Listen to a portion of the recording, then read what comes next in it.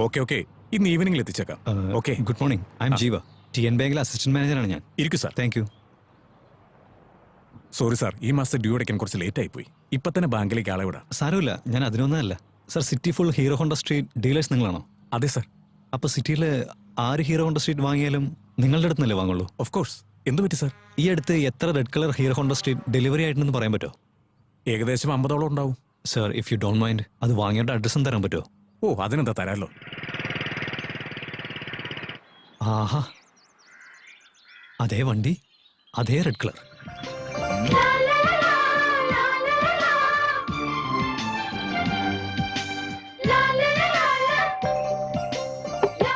Hello, good morning madam. Hello,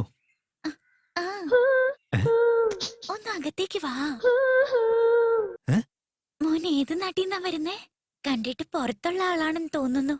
ആ, അല്ല, നല്ല തണുത്ത വെള്ളം കുടിക്കുന്നോ അതല്ലെങ്കിൽ മോര് കുടിക്കുന്നോ? ഇല്ല വേണ്ട, അവിടെ പുറത്തൊരു ഹീറോ ഹോണ്ട സ്ട്രീറ്റ് ഇരിക്കുന്നില്ലേ, അത്.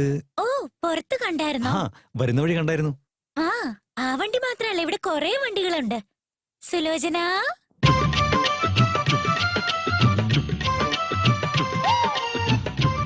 ഹേമ, പുഷ്പ, യമുന. അയ്യോ, ഇത് ഞാൻ വിചാരിച്ച പോലൊരു സ്ഥലമല്ലല്ലോ. അയ്യോ ചേച്ചി, നമ്മളെ വിട്ടേക്ക്. ഏയ്, മോനെ, മോനെ നിക്ക് മോനെ.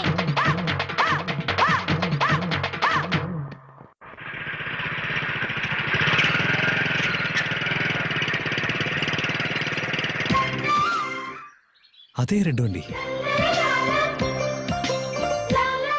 മിസ് സൗന്ദര്യ, സൗന്ദര്യ.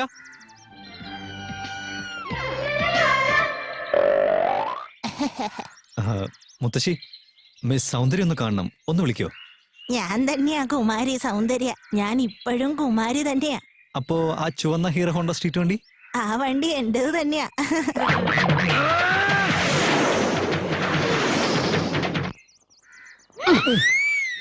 ആഹാ, അതേ റെഡ് കളർ, അതേ വണ്ടി തന്നെ.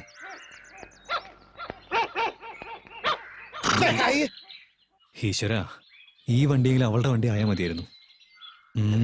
ആരാ അത് വണ്ടിയുടെ ചുറ്റും നോക്കുന്നുണ്ടല്ലോ? ഈ കോളനിയിൽ ഇവനെ കണ്ടിട്ടില്ല. ഇവൻ വല്ല തീവ്രവാദിയോ കൊലപാതകയോ വല്ലതും ആണോ? ബോംബ് വെക്കാൻ ശ്രമിക്കുവാൻ തോന്നുന്നു. വെറുതെ ഒരു മണ്ടത്തരം പറയല്ലേ. അവന്റെ മോന്ത കണ്ട അറിയില്ല അവൻ കള്ളനാന്ന്. അവന്റെ കാര്യം എനിക്ക് വിട്ടേക്ക്, ഞാൻ ഡീൽ ചെയ്തോളന്നേ. ഡാ, നിന്റെ ഹൈറ്റ് എത്രയാ? 5'10". നിന്റെ വെയിറ്റോ? 68 കിലോ. ഒരു ദിവസം ഒറ്റ വീടാണോ? 3 സാർ. ഓ, ഒരു ദിവസത്തിൽ 3 ഡാ, ഇങ്ങ് വന്നേ. അല്ല, ഈ 2 വീലർ മാത്രമാണോ അതോ ഈ ബസ്, ലോറി, കാറ്? അല്ലല്ല, ഓൺലി ഹീറോ ഹോണ്ട സ്ട്രീറ്റ്, അതും റെഡ് കളർ മാത്രം. റെഡോ? അതിലെന്താ ഇത്ര സെന്റിമെന്റ്സ്? ഒരു ചെറിയ കമ്മിറ്റ്മെന്റാ സാർ. അവിടെ എന്താ മേടി കൂടെ വാർപ്ലെയിൻ പോകുന്ന ശബ്ദം കേട്ടു ഞാൻ. ഞാനൊന്നും കേട്ടില്ലല്ലോ. അതൊക്കെ മിലിറ്ററി സീക്രട്ടാ, നിനക്ക് മനസ്സിലാകാം. കള്ളാണല്ലേ? എന്താടാ, നീ പോക്കറ്റ് അടിക്കാരനാണോ അതോ മാലമോഷ്ടാവാണോ? എന്താ സാർ ഇത്?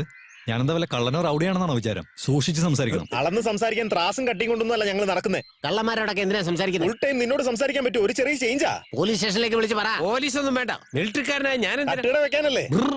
അയ്യേ, ഇതെന്തോടോ മഴയോ? ഡാ, പോലീസിനെ ഫോൺ ചെയ്യ്. ഹലോ. ഡാ, ഫോൺ പിന്നെ ആരും ഒന്ന് എടുക്കൂടാ. എന്തിനാ തിരക്കൂട്ടുന്നേ? ഞാൻ കള്ളനൊന്നുമല്ല, ഇവിടെ പുതിയതായി വന്ന ബാങ്ക് മാനേജറാ. ഈ കോളനിയിൽ വീട് വല്ലതും വാടക കിട്ടുന്ന നോക്കാൻ വന്നതാ. പ്ലീസ് വിശ്വസിക്ക് സാർ. വാടകയ്ക്ക് ഒരു വീടല്ലേ? ആളെ പൊട്ടരാക്കാൻ നോക്ക. അല്ല സാർ, നീ വാടകയ്ക്ക് വീട് നോക്കി വന്നതാണോ അതോ ഈ വണ്ടി ഇവിടെ നിന്ന് ഉരുട്ടിക്കൊണ്ടു പോവാൻ വന്നതാണോ നീ ഇപ്പൊ മനസ്സിലാക്കി തരടാ.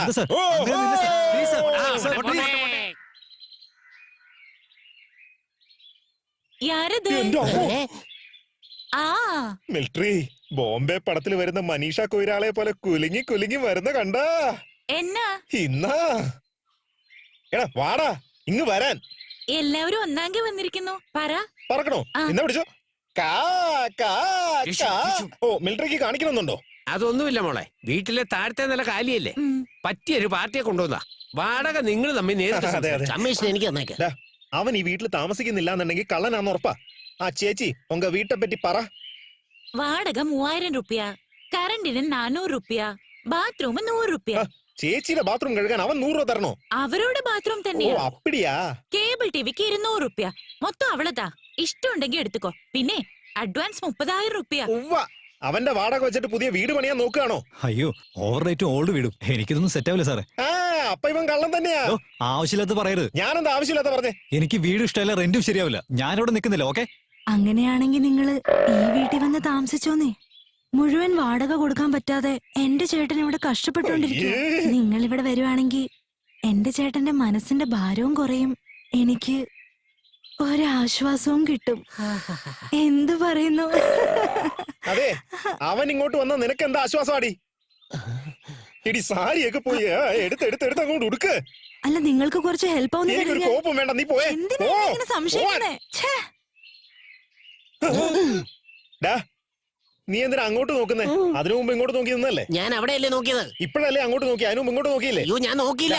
പോയി കാണണ്ട. ഇല്ലെന്നേ. പോയി നോക്കടാ. ഞാൻ ആളുകൾ നോക്കിയില്ല. കാണുമ്പോ മാത്രമേ മര്യാദ ഉള്ളല്ലേ? ഞാൻ പറയുന്നത് കേക്ക്. ഞാൻ പോയി നോക്കിയിട്ടില്ലെന്നേ. നോക്കടാ. പോയി പോടാ. വേണ്ട, ഞാൻ പോടാ. മേജർ അങ്കിൾ, അവിടെ എന്താ ഒരു പ്രശ്നം? അതൊന്നുമില്ല മോളെ, ഒരു കള്ളത്തിരുമാലി എന്റെ കൈപ്പെട്ടതാ. എന്താ അവിടെ? ഏതൊരു കള്ളനാണെന്ന്. അല്ല, ആ പെണ്ണ് ആ വീട്ടിലാണോ? ആ വീട് ആ പെണ്ണിന്റെ തന്നെ. ആ പെണ്ണ് അങ്ങേ താമസിക്കുന്നത്. ശരി, ഞാൻ പോയിട്ട് വരാമേ. മോള് സൂക്ഷിച്ചു. ഓക്കെ അമ്മേ.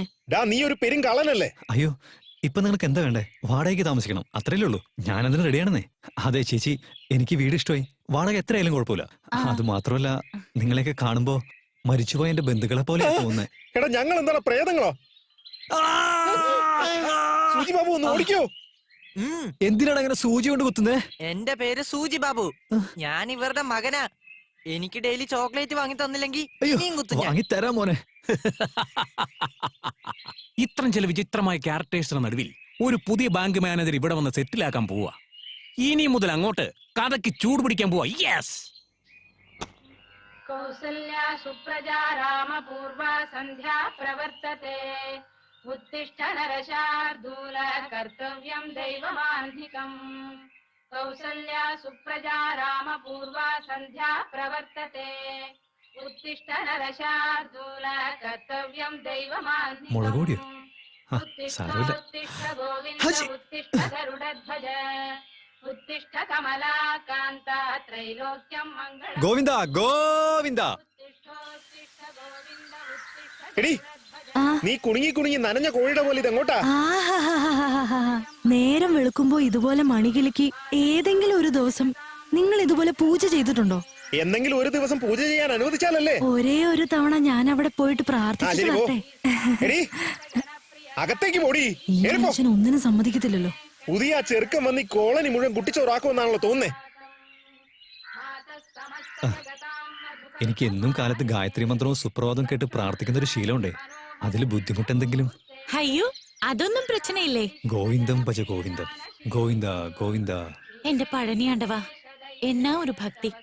ഈ ചെറുക്കനുക്ക് എന്റെ തങ്കച്ചി ഓമനെ കല്യാണം കഴിപ്പിച്ചു കൊടുത്താ എത്ര നല്ലായിരിക്കും.